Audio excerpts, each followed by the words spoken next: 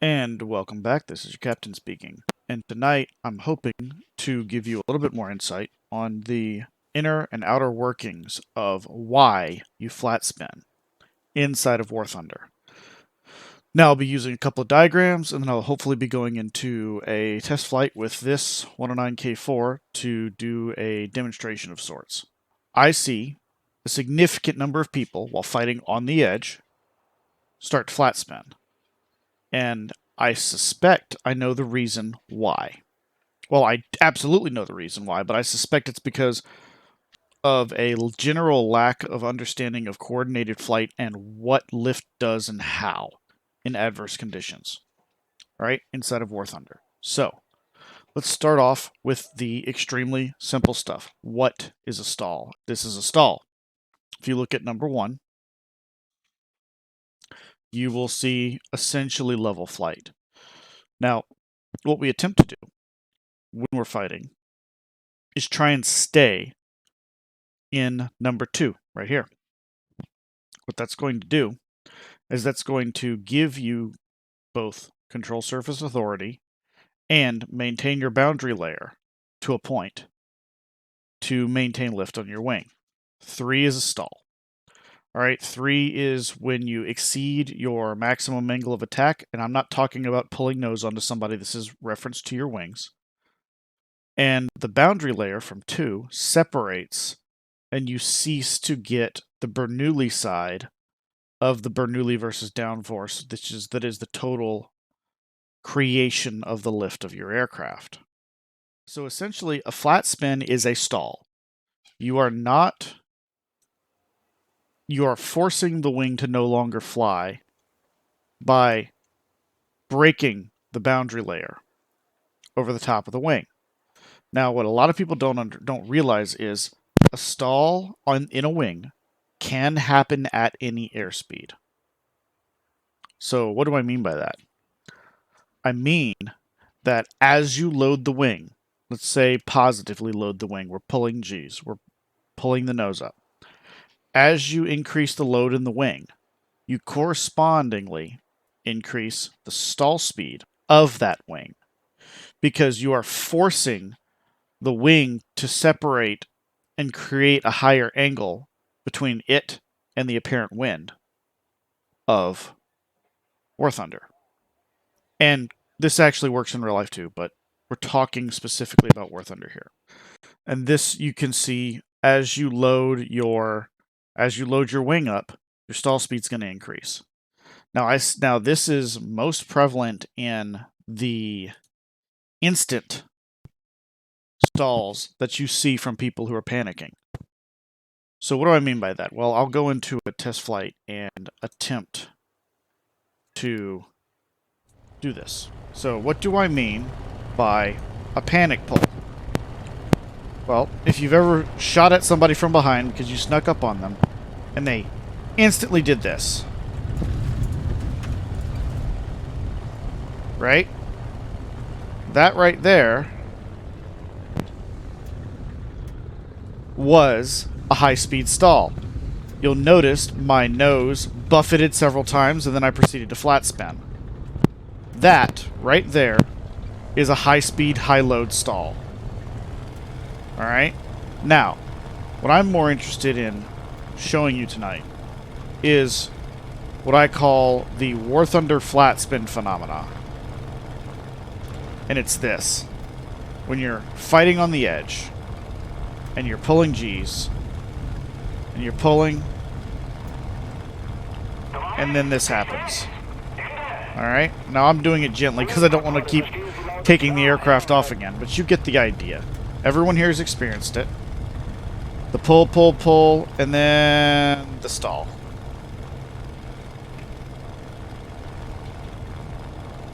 Alright?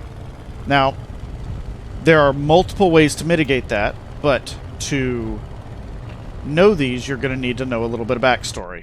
Alright? The first thing that's the most important is going to be flying in a coordinated manner. Alright, now I'm going to resume here for a second. And I want you to look at that dot. The ball inside the glass. We call that our turn coordinator. Alright? So, watch what happens to our turn coordinator when I pull up without correcting for it at all. See that?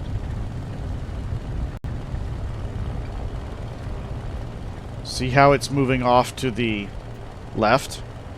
Now, I'm not doing anything but pulling straight up. I'm using mouse and keyboard because, one, it's my primary control, and two, it's very easy for you to see what I'm doing.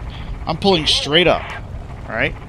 Now, this is some very interesting questions. Why am I rolling to the right while pulling straight up? And why is my ball off center? Right, that is because I am not flying in a coordinated manner. If I add a little bit of rudder, and that ball slowly comes back center, I can actually rebalance the aircraft with my rudder, and we're now mostly coordinated. Now that's the first phenomenon. Now, what I am showing you is something called gyroscopic precession, right here. Now this is a principle that a propeller spinning, along with the crankshaft of the engine spinning, can act in physics as a gyro. Alright, as a gyroscope. And when you act on a gyroscope with force, the gyroscope will absorb that force at the point of contact, and it will expel that force 90 degrees along the direction of travel of the gyroscope. What does that mean for our airplane? And our airplane's instruments will tell us. So let's go back into the aircraft. Alright. So I'm going to go ahead and speed up a little bit so that we're more in line with the trim pattern that I've set up for this airplane. And we will show it. So, now, understand there are a couple of other forces that we have not talked about that are affecting the airplane inside the game right now. Alright? One of them being engine torque, and one of them being P factor. And we will get to those in a moment. All of these must be balanced in combat to achieve maximum performance. So, what is gyroscopic precession? Well, if you think about it, this propeller is spinning clockwise. If I'm looking through the engine, or through the front of the aircraft, and I'm looking at the propeller that I can't see because it's a disc, but the disc is spinning in a clockwise fashion because of this aircraft. Alright? Now, what does that mean? That means the rotation of the gyroscope is clockwise in relation to me. So, when I pitch up, what am I actually doing to the gyroscope? I am pulling the top of the gyroscope towards me in the pitch up, and I am pushing the bottom of the gyroscope, that is the propeller, away from me during the pitch up. Alright? You can see this reversed in pitch down. Alright? Why?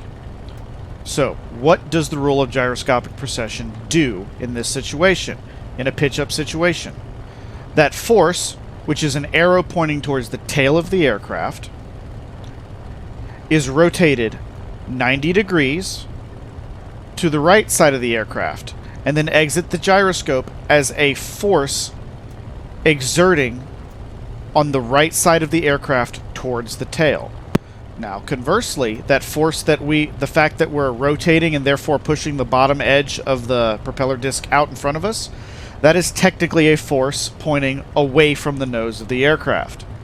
So that force will rotate clockwise 90 degrees and then exit pointing away from the aircraft.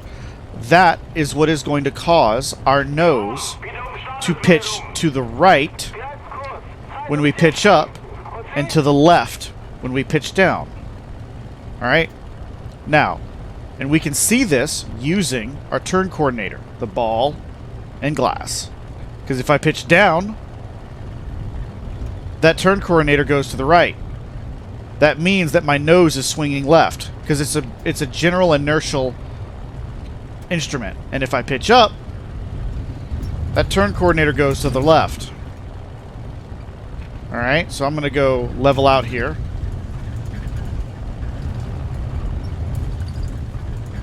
And gain a little bit more speed. And balance the aircraft out again. So, with the aircraft balanced out, around 250 knots at 95% power, and I do a straight pitch up, that ball is going to move to the left, and I'm going to start rolling to the right. Now, why am I rolling to the right? It has everything to do with that gyroscopic precession that I just mentioned. Why?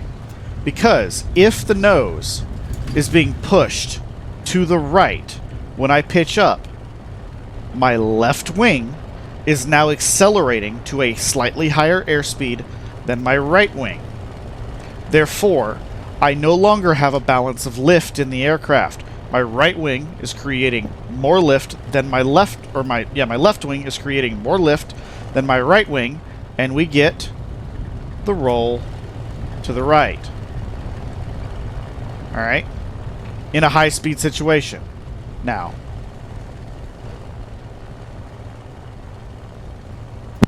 the next force I'm going to talk to you that is going to affect your turn and can cause a stall spin is P-factor. This right here is P-factor. So, in a propeller that is spinning, the downward propeller that is swinging downward through the stroke along the disc actually has a slightly higher angle of attack than the propeller swinging upwards, just because no aircraft flies perfectly straight through the air. This is most pronounced at high power setting, low speed situations.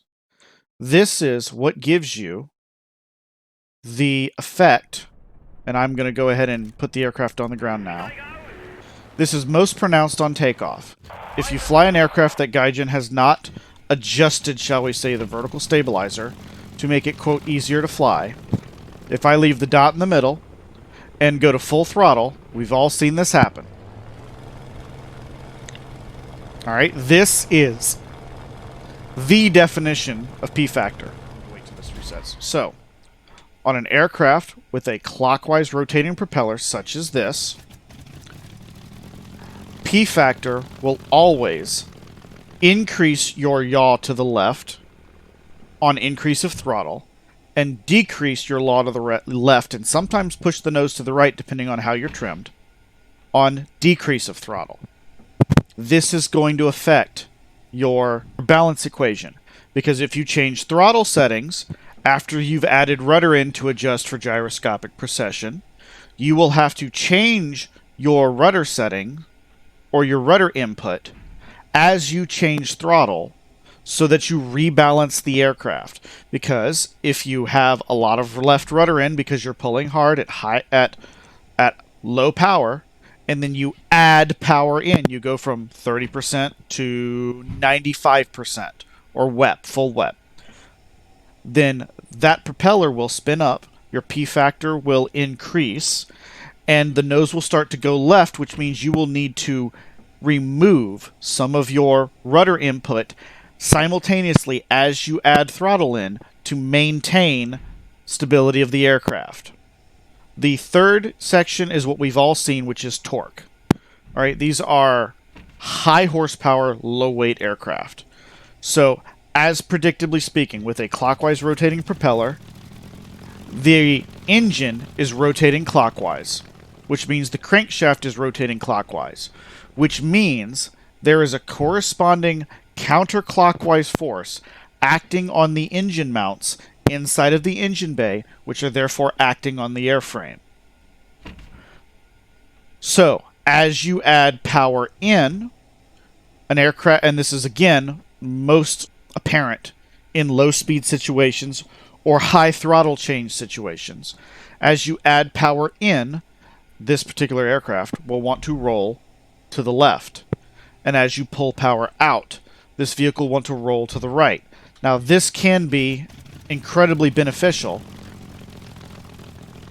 but also must be watched out when you're fighting on the edge. And I'm going to go ahead and take off here.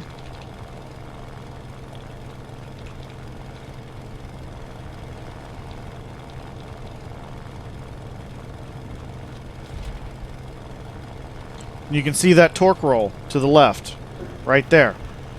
That's because I'm at extremely low speed and high power setting, and you can see how much aileron I have input to keep the aircraft rolling the direction I want it to roll while I am climbing out at extremely high power and low airspeed.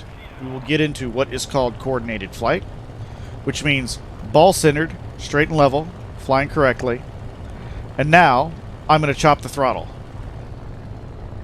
So you saw two things happen. You saw a reduction in torque and a reduction in P factor. The reduction in torque rolled the aircraft to the right, and the reduction in P factor yawed the aircraft to the right. And I'm going to do it one more time. 95% power, coordinated flight, and watch the ball as you watch the turn coordinator ball as you watch the aircraft roll. So, you're going to need to balance all three of these and be conscious of them at all times when you're in the fight. Alright? Now, a very easy way to do this is simply not fighting the effects with your roll. So rolling out of these effects is not actually correct. What you want to do, and I'm just going to pull a gentle climb here, a gentle pull here, is you want to use your rudder to counteract these effects.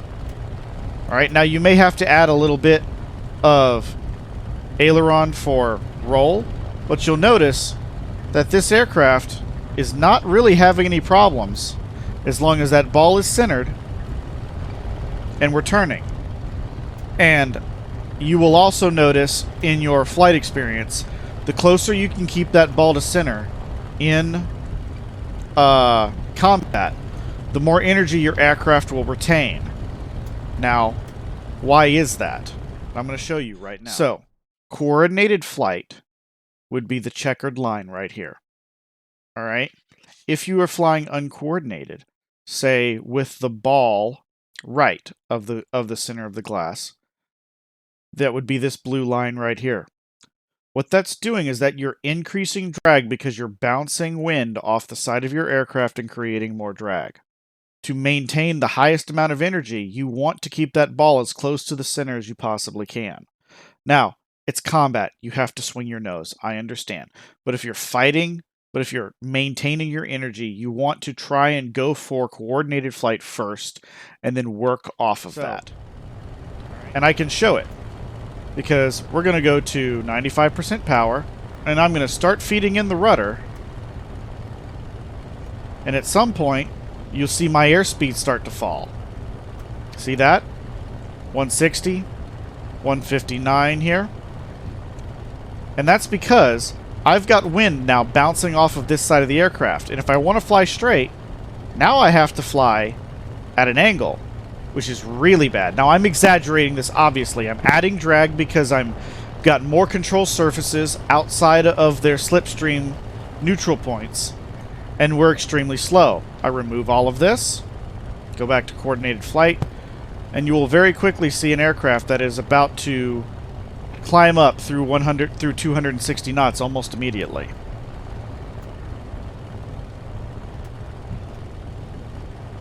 So, that is a rather exaggerated example of why you want to fly coordinated. Now, this is going to fold into why we stall spin. So let's get into the stall spins. If you pull, this happens. We've all had it happen. We all understand why. Alright? What the stall spin is doing at high speeds is a unbalancing of the wings. Remember how I said that in coordinated flight your wings are balanced and level? Well, not level, but balanced as far as each one creating more lift. If I go into a pull here, and I'm uncoordinated, right? And we're just going to let the airspeed bleed. What happens? My left wing's going to stall first. Why is that?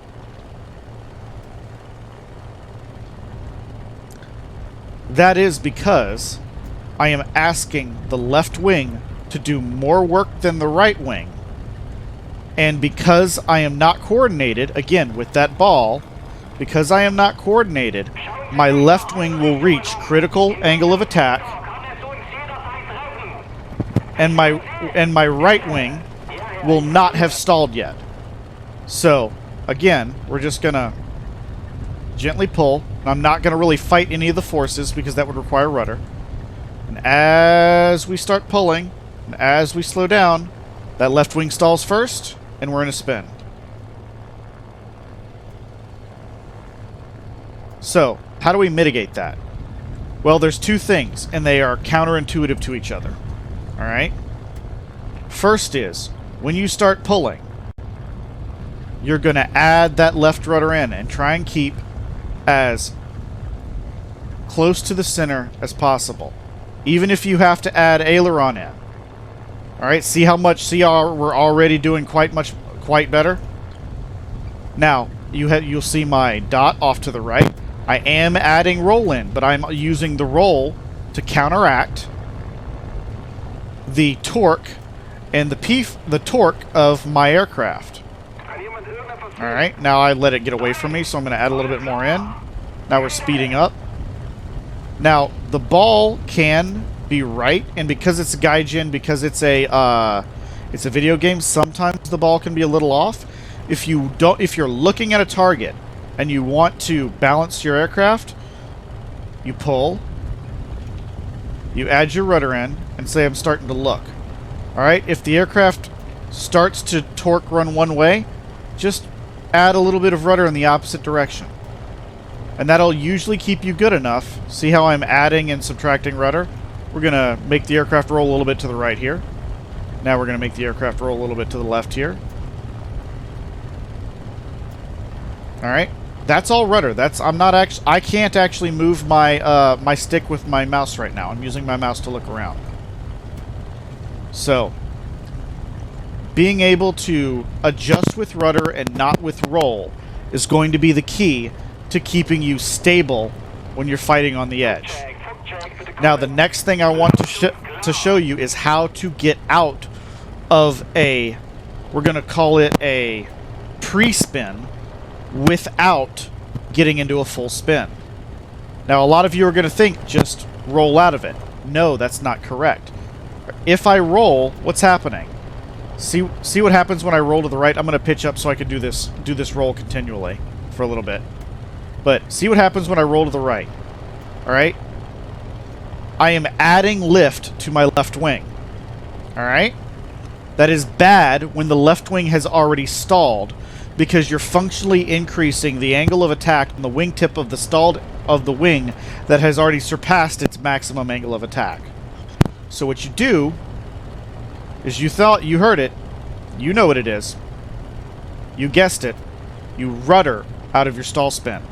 So, and it's counterintuitive, because if you're pitching up, you have to add left rudder, right? You're going to add left rudder, you're going to add left rudder, you're going to add a little bit of left rudder, and then you're going to stall spin, and you're going to stab on the right rudder. You're going to reduce your pitch moment, so you're going to reduce your pitch input, and you're going to stab on the right rudder. And I'm going to do this again. We're just going to pitch, and I'm going to add left rudder, and because we're going slow, I'm going to just force it. Left, right rudder, full right rudder, reduce the pitch, and you'll come out of it. Now that was a bit of a vertical stall, so we'll try and do this in a horizontal turn, because there are some other factors here at work that aren't quite accurately modeled for the horizontal tail control surface. So we're gonna add rudder. We're gonna keep the plane relatively balanced, and we're gonna throw the right rudder in, and then we're out. And then you recenter your rudder once you're out. So this can happen this way, and it can happen super quick too.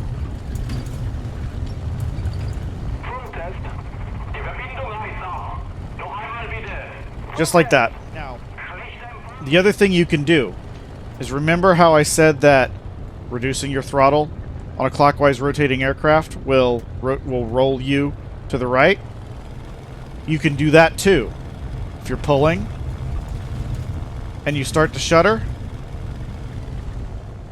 shutting the throttle down can recover you without needing the rudder. Again, I'll do that again without the rudder. Now, I'm trying to create the tip stall, so I'm not correcting the turn with rudder. So, just like that. All I did was shut the throttle down.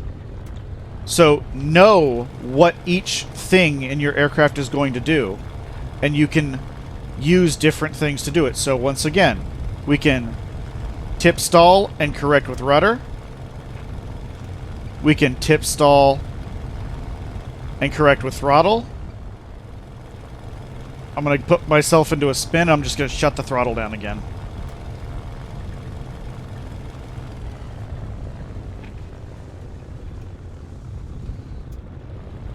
No rudder, no nothing. Just shut the throttle down. What that's doing is that's reducing your P factor, which is throwing the nose to the right, which is doing the same thing as your rudder. And try it with throttle wep. Yeah, I'll do it. But the point is, the point I'm trying to make, Tyler, is with P factor, reducing that big arrow by chopping the throttle, and gyroscopic precession, reducing the force of the gyroscope, you're essentially doing the work of the rudder by chopping your throttle. Because you're chopping the nose to the right, if that makes sense. So full wep. Let's be super aggressive. Chop the throttle. All done. Nothing but chop the throttle. So, full wep. And chop the throttle. So, here's the big one. Alright, what do you do if you get into a stall spin? An established one. Now, this may take me a couple of tries, but I will get you a demonstration for that. Two things you need to know. Gaijin has modeled lift based almost solely on airspeed. So if you have no airspeed, you have no control authority. The downside to this is aircraft in this game do not stall correctly, and they stall like an aircraft whose center of gravity is too far aft. Now, what do I mean by that? I mean that if you're climbing up here, and I'm going to go ahead and try and stall this thing perfectly vertically if I can. If you're up here and you stall, I'm going to shut the throttles down now. Your plane kinda just waffles. Alright? Your plane should snap. Now, what does that mean? You can actually prolong your stall by trying to push the nose down into stall. And I'm going to try and do that here. Alright? If you're perfectly vertical and you stall and you try and push the nose down, see? Nothing. Nothing. That is not a normal stall. The nose in a real aircraft would fall 4 or 5 times as quickly. And that's because the airspeed is so little over your horizontal stabilizer in the back. Now the trick is if you know you're going to stall, I'm going to do power off stall here. If you know you're going to stall, pitch up. Because what you're doing is you're creating a negative component of lift in the rear, which is going to pre-stall the tail before your main wings and allow the tail to raise, if you will. Anyway, that's enough of that. So, what do you do if you get into a stall spin? A proper stall spin. One where you're just all the way flat. So we're going to get ourselves into a proper stall spin. Alright, here we go. And I shut the throttle down because, oh my god, I'm stalling. And here's their stall spin. What do? Full opposite rudder and pitch up. Once again, you're trying to stall that tail. And then when you recover, you zero your rudder and allow your airspeed to increase. Now, why did I pitch up and not pitch down? This is something unique to Warthunder only. Alright? Now, as I told you, in a real aircraft, the tail is supposed to create negative lift. It is actually pushing down on the back of your aircraft. There's two reasons for this. One, it allows you to move the center of gravity forward of the center of lift, which gives the aircraft a more predictable flying pattern. To give you an idea of what a center of gravity behind the center of lift would be, go fly an HE-112 in a simulator mode, and you will see that that aircraft acts like an aircraft that has been loaded aft of CG. Alright? So, but back to the tail. The tail is supposed to create a negative component of lift. It's supposed to be pressing down on the back of the aircraft and keeping the nose up. That is not how it works in Warthunder. So, we have to create it to create the stall properties that we want. So normally, if you're in a flat spin, I'm going to go ahead and just flat spin this real quick. Normally, if you're in a flat spin, well, come on, flat spin for me. Don't just be good. Be bad. Okay, there we go. There it is. Normally in a flat spin, if you try and push down, see, nothing's happening. But if I push up and go opposite rudder, we get out. It's because I'm artificially stalling the tail. In a real flat spin, in a real aircraft, you want to push down on the stick and go opposite rudder. In Warthunder, it's the opposite. It took me a long time to figure this out. In Warthunder, it is the opposite. You want to have positive pitch input in your horizontal stabilizer with your elevator so that you create the concave shape that will ask the game for more negative pitch, which will trigger the game's mechanic to stall the tail, which will allow the nose to fall, which will allow you the airspeed to recover. In review, to mitigate your chance of ever getting into a stall, add left rudder to keep that ball as centered as possible when you're pulling the nose up, and at what we call positive pitch maneuvers. And be willing to use your throttle and your rudder and your all these factors that I have shown you, such as P factor, gyroscopic precession, and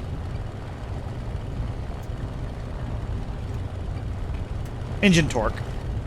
So, and use P factor, gyroscopic precession, and engine torque to your advantage to fight.